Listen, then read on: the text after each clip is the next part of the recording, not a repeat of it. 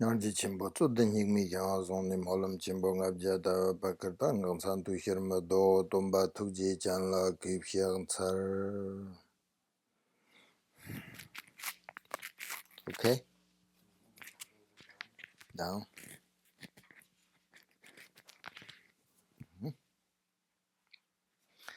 Uh, Welcome everybody. Thank you very much for coming. It is nice, very nice, nice space, nice group. Thank you. Thank you, Ray. Thank you, everybody. First of all, how should I start?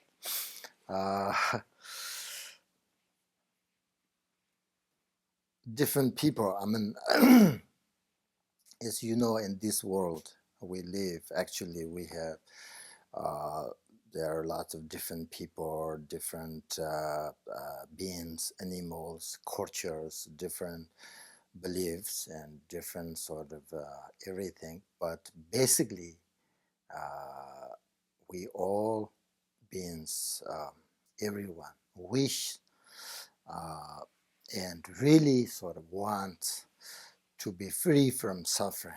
That's how we start. And everyone wishes to achieve happiness. And so therefore, for the sake of happiness, that we do everything. We do good things, we do not good things, many things for the happiness. Uh, uh, you know, every society, every sort of country is making really effort to overcome suffering and to achieve this happiness. But we know that the most thing are we development of the things for only we are focusing outer sort of, outer world, not really focus in inner development. So the problem is only focus on the outer world, could not achieve the happiness that we're looking for, that really we want. In addition, it brings a lot of sort of dangerous things, so we really need to find a real inner happiness and peace, so why we say this, that can only achieve through the spiritual inner practice and the mental sort of progress.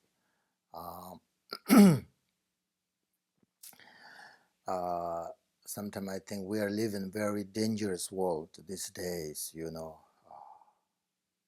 harming each other, and people are just angry, and no big reason, but many people are just angry and make things so bad. We are living very, very dangerous world. We need good people, right?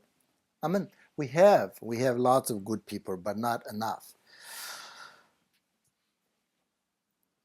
So the Buddhist point of view, in order to achieve the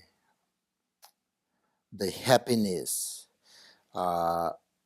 we have to change our way of thinking, our sort of behavior, and our the actions, physical, verbal, mental. We have to change this, otherwise it's difficult to have the peace of mind and have happiness. So therefore, I think the Buddhist teachings can help if you really take it seriously into your life. It will help. But I mean, we have lots of people to practice Buddhism and basic sort of meditations. It's really good, but sometimes we really need to sort of more we have to spend time on our meditation practice. Otherwise, it's difficult to change the habits, So now, the generally talking, there, today we have like Buddhist group, which is really nice. I'm very comfortable to teach, So we have like Buddhist religion.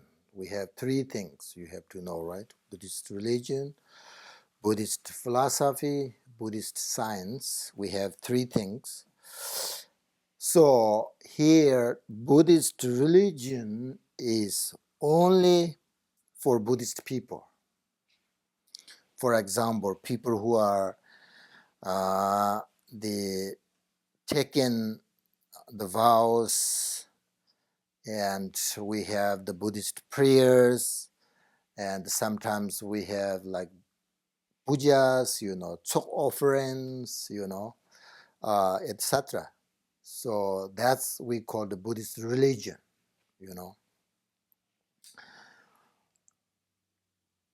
So today, as you requested me, right, the teaching about how to how to create a sort of sacred space, and set up a Buddhist shrine, Buddhist altar, right, and how to make the offerings, and the offerings with altruistic the motivation, Bodhicitta, right? So these are very much Buddhist, part of Buddhist religion. And again, Buddhist religion is for only Buddhist people and not for everybody, because generally when I have teaching like mixed Aryans, like who are sometimes who are not Buddhist, sometimes we have different, people. So that kind of people we can't talk this, because some people, that doesn't make sense, right? They're not Buddhist. So if we are Buddhist, then of course you have to know these kind of things. Very nice. Sometimes we have a very nice, important day, time. At that day we have to say prayers. We have sometimes make offerings. All these things very important, and very important to practice too. So very important to understand this kind of culture, But Buddhist philosophy and Buddhist science for everybody. That's where, because people can practice and learn without become a Buddhist, and it will help to understand the meaning of life, So therefore, uh, uh, especially like Buddhist science talk about really mind and all these kind of things, so it's really helpful. It's not necessarily people who are Buddhist. But Buddhist religion only for Buddhist people. So generally, I think many people looking for, I believe, their sort of spiritual path. Yet, still, lots of people have no sort of decided or not find which or what lineage they should follow, So I think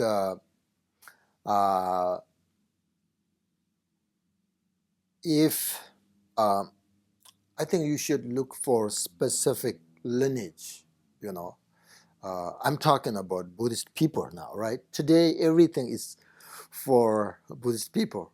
So sometimes also we have these different traditions. So you should try to find a specific sort of lineage, because all these different lineages and different traditions that we have, it's kind of very complicated, you know. They're not sort of also, they're not contradict to each other, but difficult to follow all of them.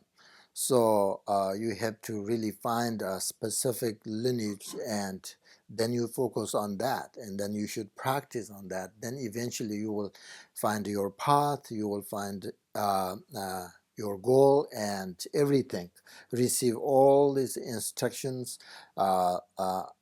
That doesn't mean you cannot receive other traditions, but your main practice, you have to focus on specific lineage. Otherwise, it's very complicated.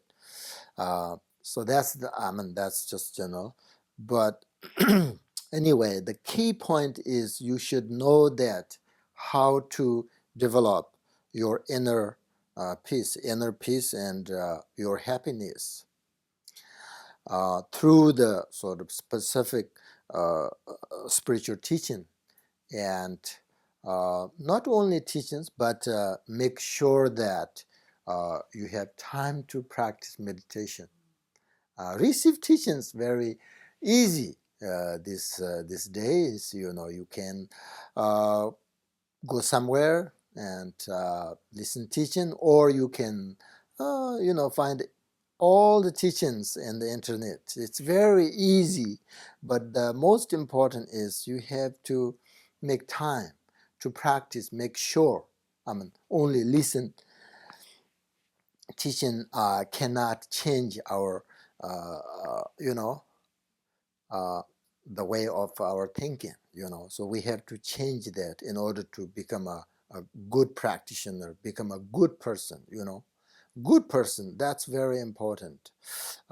These days I have a teaching sort of every morning. We have 60, 70 group in the WeChat, and every day I teach them. They request me in Tibet. So we're talking about, like, I really think that become a good person is the key point. Good person, good person, which means like you have to, that's I do, you know. First I looking for like a happy life myself, you know, happy life. In order to have a happy life, there are, I think, three, what do you call it, implements, or three causes, you know. First, you have to have a very healthy body. That's so important. So therefore, you have to eat very healthy food and make sure exercise and everything like that. You know, these days in Tibet, the medicine, you know, the medicine Buddha says that the first you should do is make sure that you're healthy. You're very healthy. You have healthy body. Make sure that. And if you're sick, then you need to take medicine and see the doctor, right?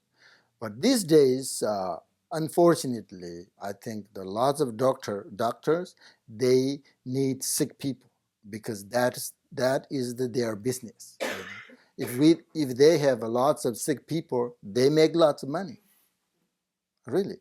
So make sure that first we need to take care of our body, make sure healthy food, make sure exercise, everything like that. It's very important to have a healthy body. I always believe that if you have unhealthy body, you cannot do anything like spiritually, anything like worldly, nothing. We can't do anything. And then I think like second cause is like healthy mind is very important. Healthy mind means here, it doesn't mean like crazy, you know, crazy people, not like that. But healthy mind is you have a freedom, you know. You have a freedom, whatever you want, wherever you go, or whatever you want. Like it's very, it's not, you know, healthy mind means like, what do you call it? You have whatever you want, you have to do that with your intelligently. Do you understand what I'm saying?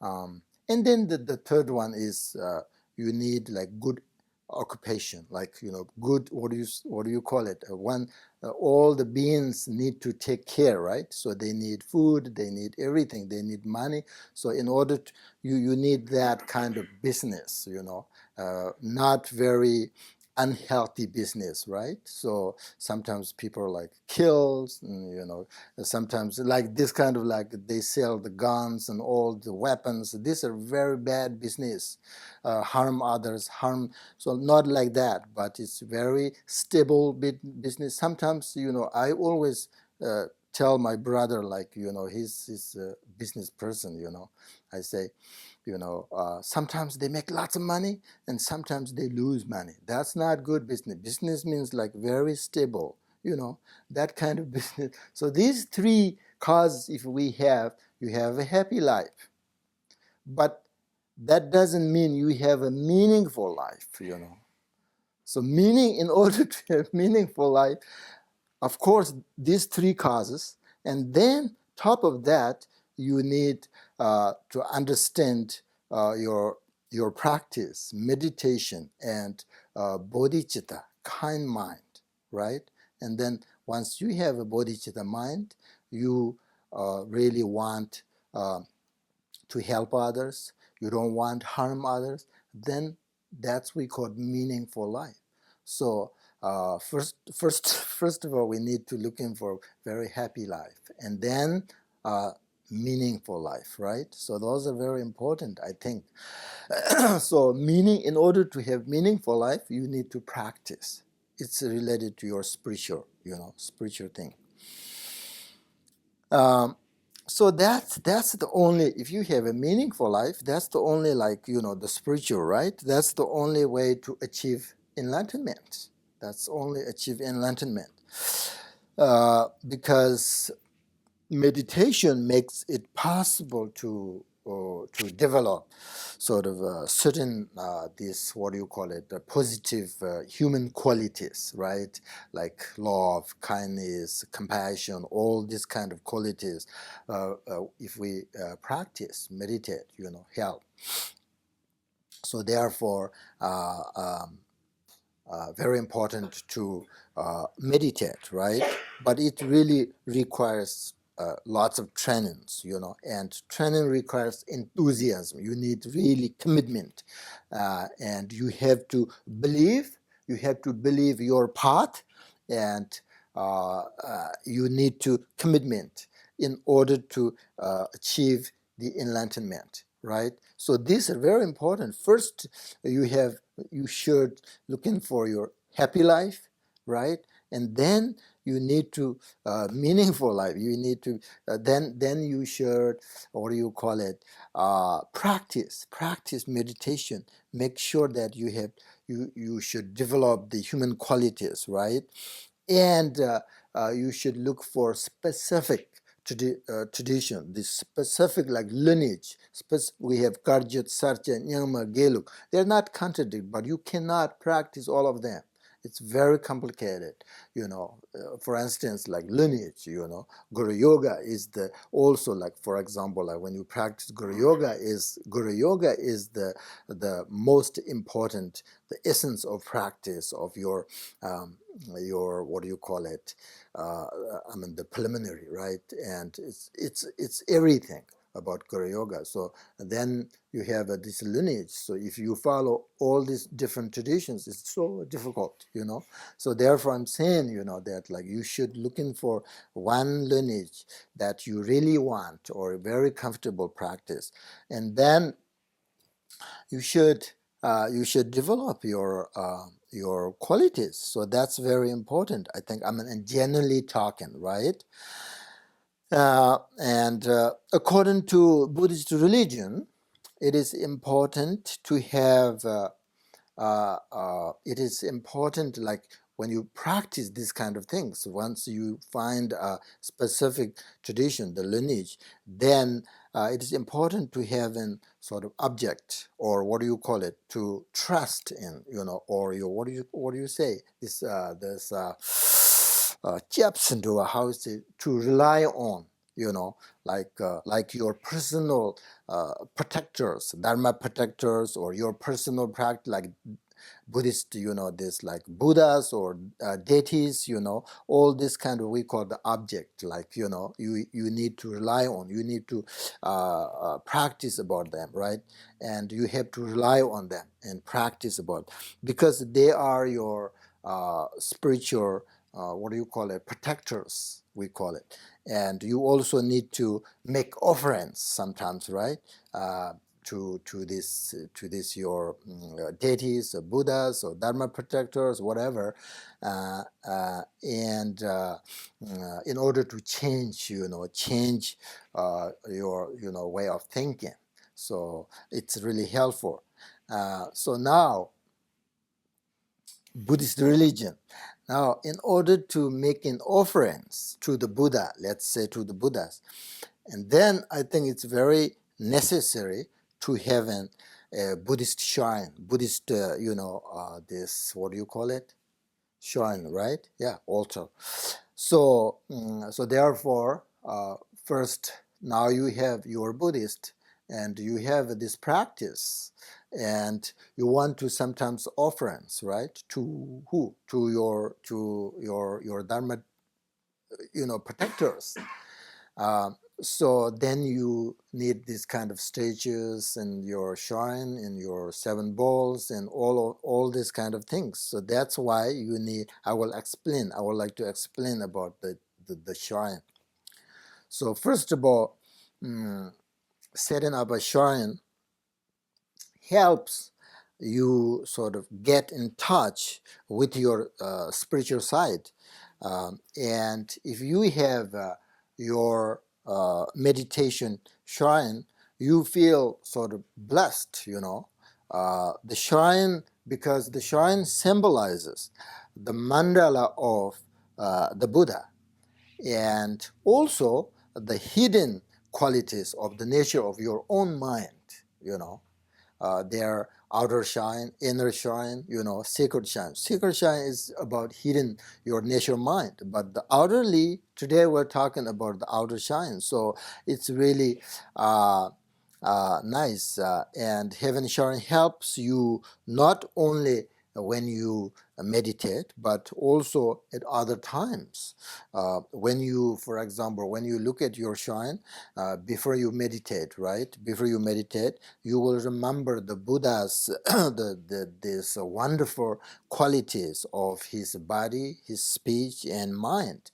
And when you remember like that, it's sort of inspired to practice in order to become like a Buddha, and your what do you call it, spiritual mentors and bodhisattvas.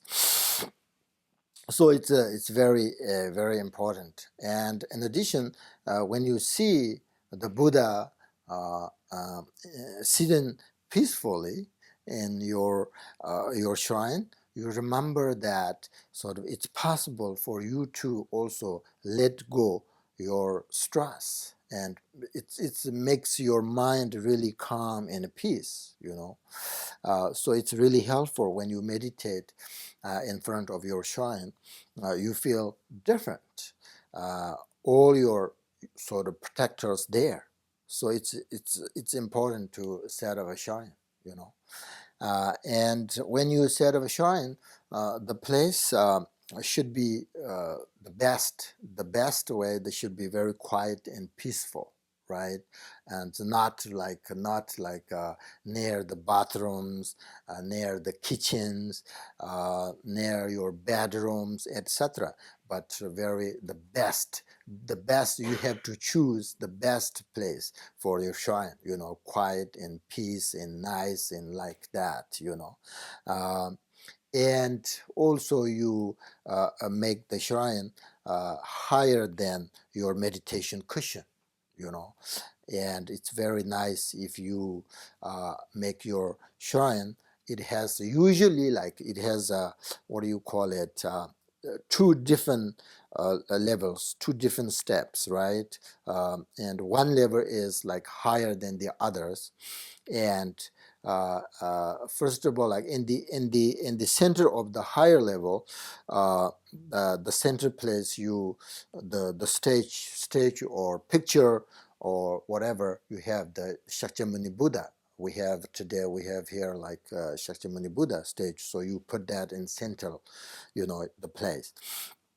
And also you may want to place a photo of one or more of your spiritual mentors above that. And on the Buddha's right side, picture or statue or whatever you have, like Padmasambhava, that will be nice. And at the Buddha's left side, you can have other statues like Tara or Manjushri or Avalokiteshvara, whatever. So you can put that. Or another option is also you can do the Buddha's right side. You can put like Dharma text, like the Dzogchen text, or one of the perfection of Wisdom Sutra, such as like the Hat Sutra. You can put that, and whatever you have, the Dharma text. And on the Buddha's left, you can put a stupa, We have stupa here, We have this backwards. Yeah. Yes, we do. Yeah, sure. Buddha's left. Buddha's left. Right? Or stupa or bell, Or pictures of either of them if you don't have stupa, That is in general and very simple way to make a shrine,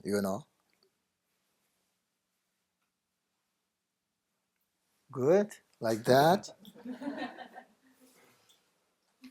So in this way, your shrine contains representations of the enlightened body, speech, and mind.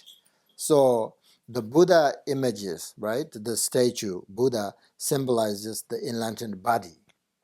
And the text, the Dzogchen or whatever you have, the Dharma text, represents the enlightened speech. And stupa or bell, whatever you have, that symbolizes the enlightened mind. So this is the mandala. Your shrine is actually symbolized the Buddha's like body, speech, and mind. It's the mandala of the Buddha, enlightened being.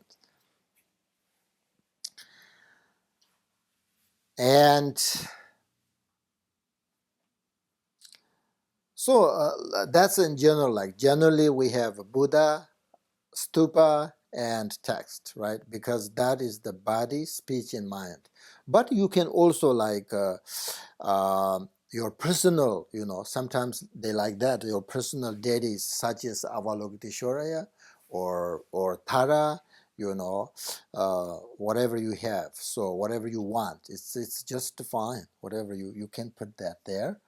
And now you have the represents of the enlightened body, speech, and mind on your first level, right? So we have, usually I do like two different levels, like, one is higher, one is lower, right? So higher level, you put this body, speech, and mind to represent Buddha, body, speech, and mind, right? So you have that.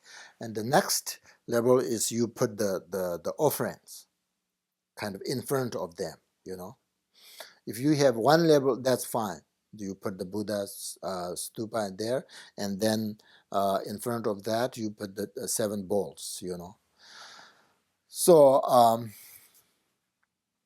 but before I explain about the 7 bowls, I would like to tell you a little bit why do you offer and offer, for example, like we have water today. Water, why you offer water to the Buddha or Bodhisattva or deities or enlightened beings?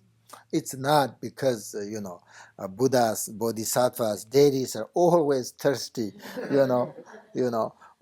or these offerings make them happy, and once them happy, then they will help you Don't think that. That's many people think that way, but Buddhists, no, that's not the case. So you make offerings because practice Buddhism is very important antidote for negative karmas, negative emotions. So making offerings to them increase your own motivation to practice about them.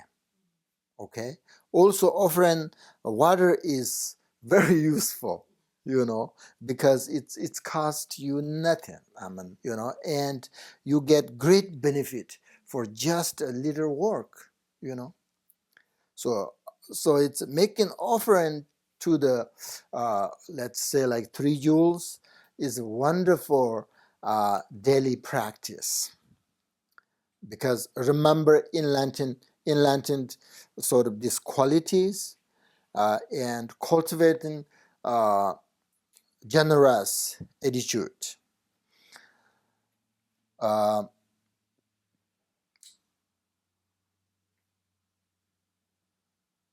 and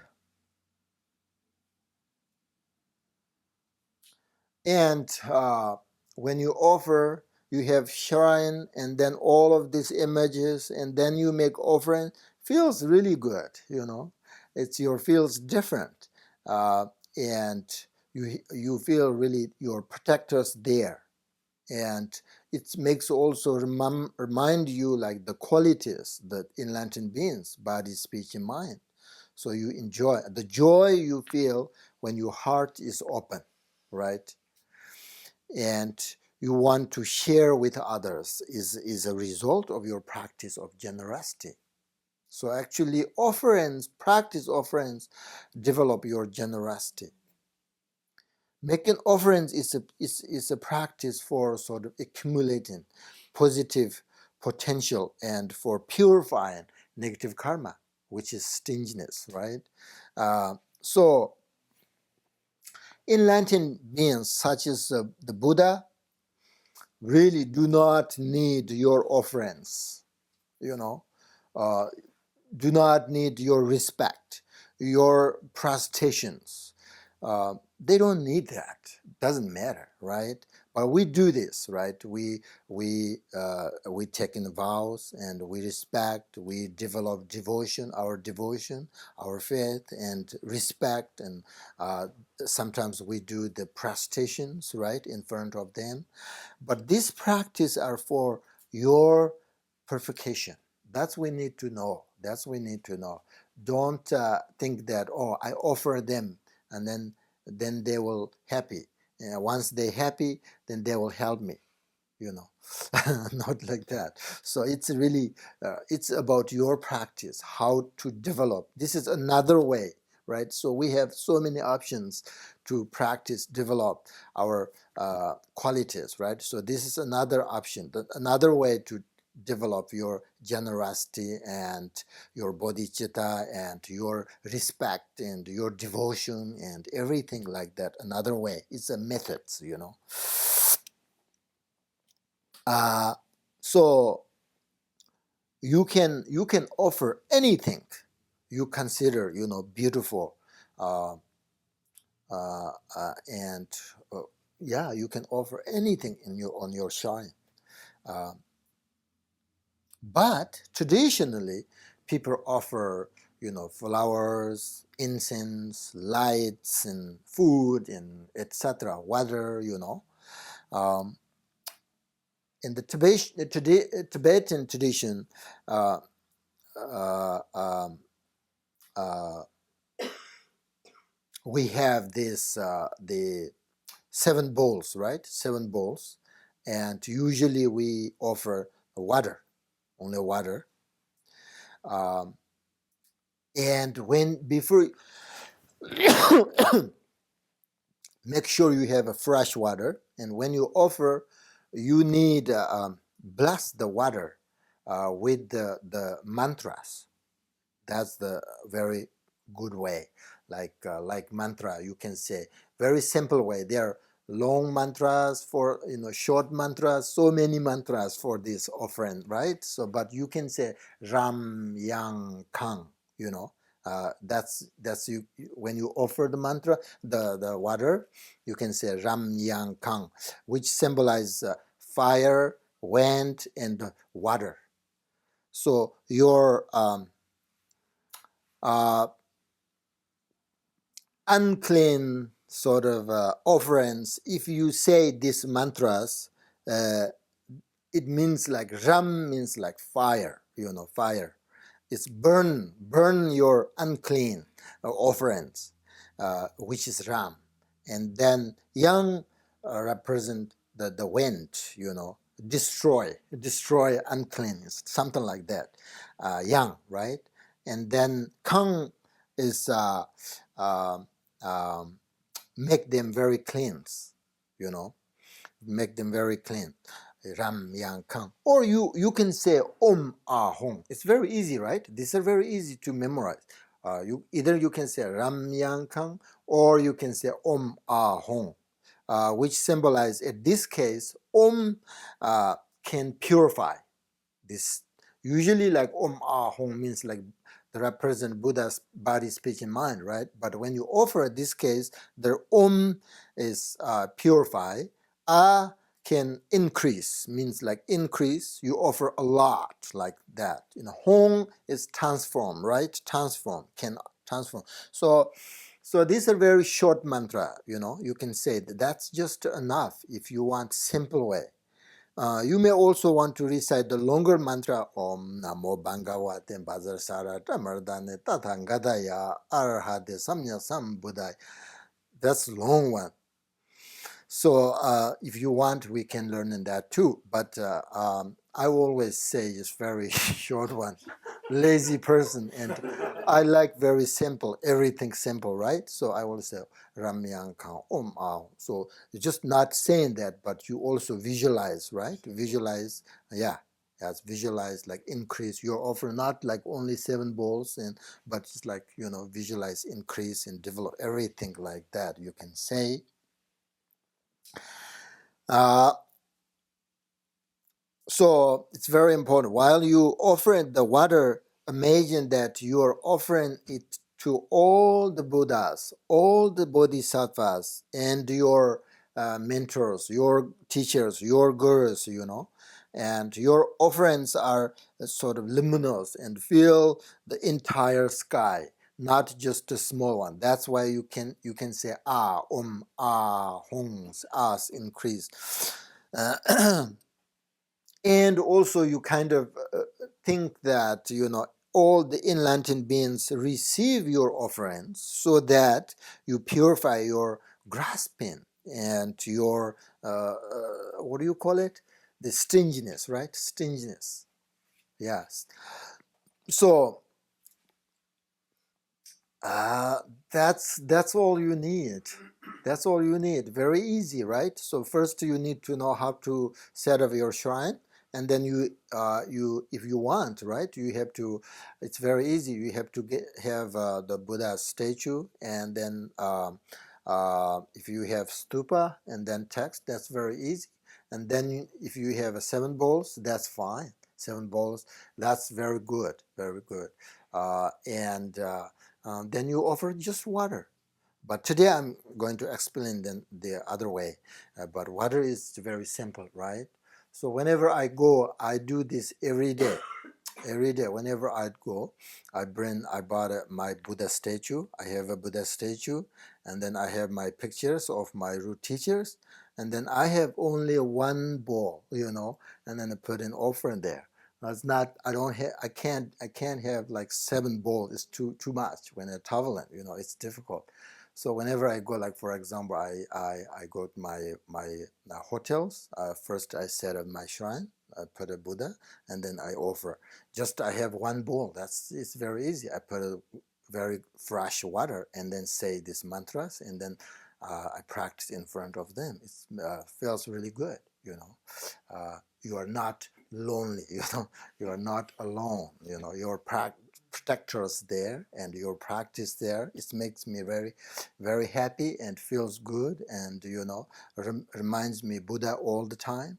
And as soon as I remember Buddha, then I remember my teachers, So that's actually for your shrine. Shrine, it shows you how important the Buddha, how important the Dharma, how important your teacher. That's kind of one. As soon as you see your shrine, you remember. You have to remember them. Just to not remember, but also their qualities. And also like their kindness. Very important, right? Once your teachers, whenever I remember my teachers, I just right away remember their kindness, If they're without them, I'm not like this today. So, I told them, uh, I am the, the what do you call it, most the happiness person in this world. Really, I am. I have no worries, nothing problem. I just told you, right? I have a very happy life, a meaningful life. I'm not sure, right? I'm not sure. When I teach, I correct my motivation and kind of like that. That's maybe my teachings help a little bit, then I have meaningful life, but that's not so sure, but definitely I have happy life, So therefore, because of that, when I say I have a happy life, I have a simple life, it's because of my teachers. So I always, whenever I remember them, I remember their kindness, their greatness, So then makes me really sort of calm and open and inspired, and commitment to practice and want sort of more connect with my teachers like that. So that's actually the shrine is symbolized. Nothing other than that, right? Do you understand? You understand what's meaning of shrine? What it's really helpful. And sometimes people say, "Oh, I need Buddha, I need stupa, I need all of that. It's just too much." And then it's fine. You have just to. It's easy way. It's just if you don't have a statue, is fine. Picture is fine, right? Buddha's picture, picture of stupa. And make sure behind the picture you should write the letters, very important. So that's if you have the letters, then your picture is not one side, right? So it's like it's meaningful. Letters. Yeah. What? You said write the letters, but what? Yeah, their essence of their mantras, and then some specific their mantras for the pictures. We can like tankas behind you write these things. It's very important. Kind of blessed, blessed. Um, that's the main reason why you set up shrine.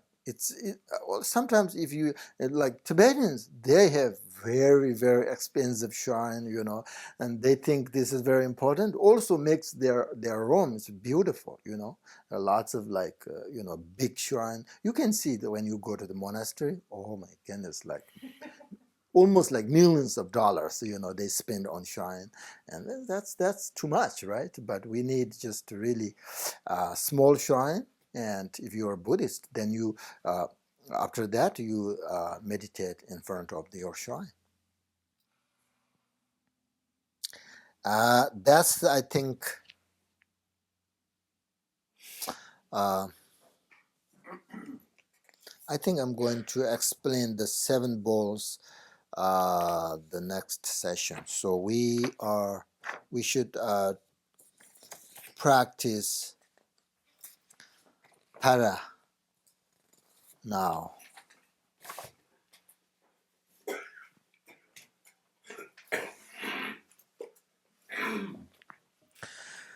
These are you always practice this, right? Very familiar. So I'm not going to teach you the visualizations and recitations and in detail. So because you, I think you know already.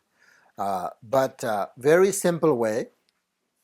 Visualize the Tara, right? Visualize Tara and say this prayer, this ritual, uh, uh, because.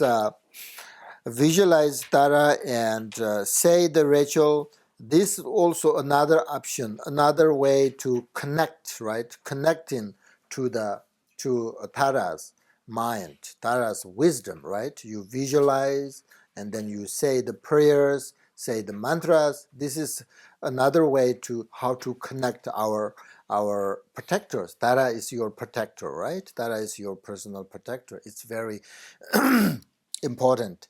And this you have to remember when you actually visualize, according to Buddhism, when you visualize Tara and say the mantras, that means like you are connecting with these holy beings.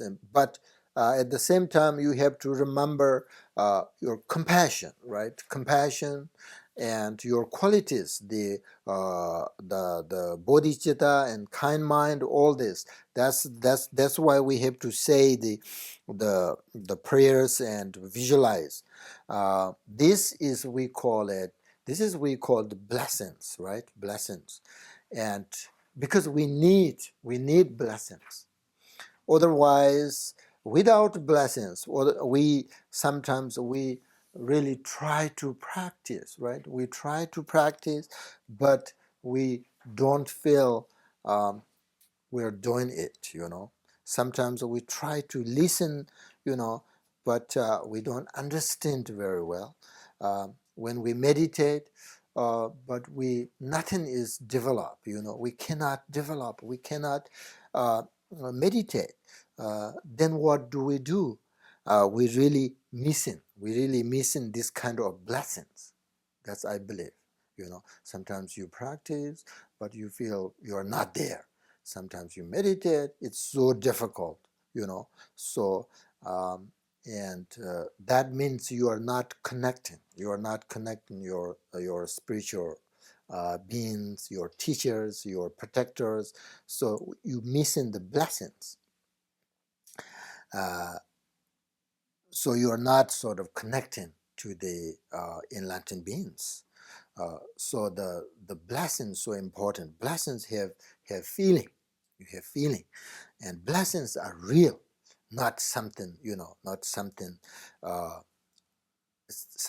not really exist, but it's real. That's why we need to connect to Tara. In order to connect to Tara and receive Tara's wisdom and compassion, you need to say these prayers. And when you say the prayers, you have to focus on the meaning of the prayers. Once you do this, your mind is there. And then at the same time, when you think about the meaning of the ritual, then you will understand the visualizations and the meaning of the prayer. So that's why once you connected the Tara, then you get the blessings.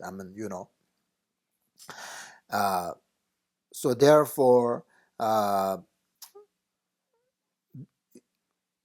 we can, through that way, we can develop our the what do you call it, the qualities of our mind.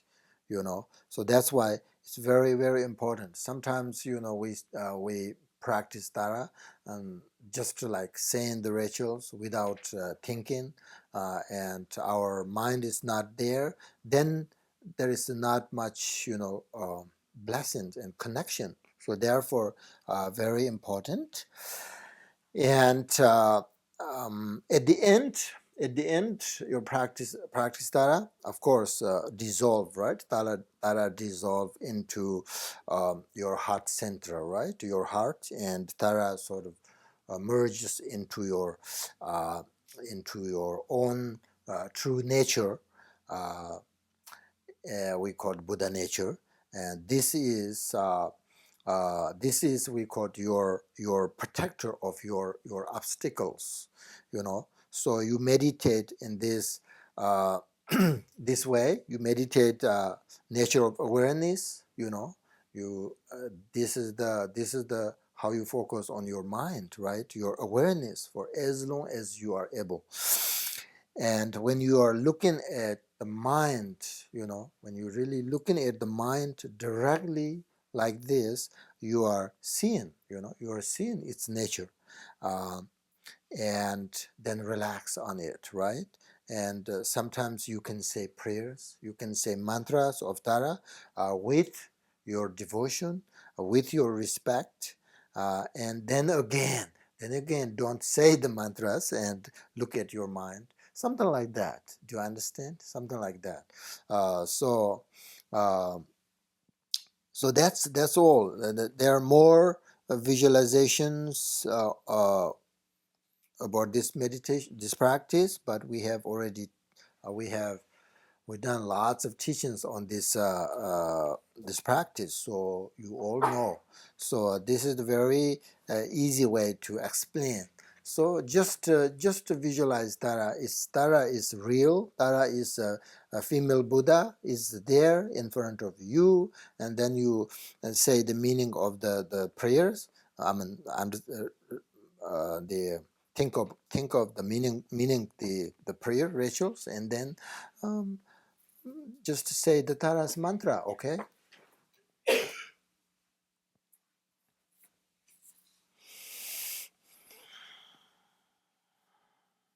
Okay. Do you have the refuge and bodhicitta prayer there? Okay. I and all sentient beings take refuge in the Buddha, Dharma, Sangha, Tara, and her mandala. I and all sentient beings take refuge in the Buddha, Dharma, Sangha, Tara, and her mandala. I and the sentient beings take refuge in the Buddha, Dharma, Sangha, and Tara mandala.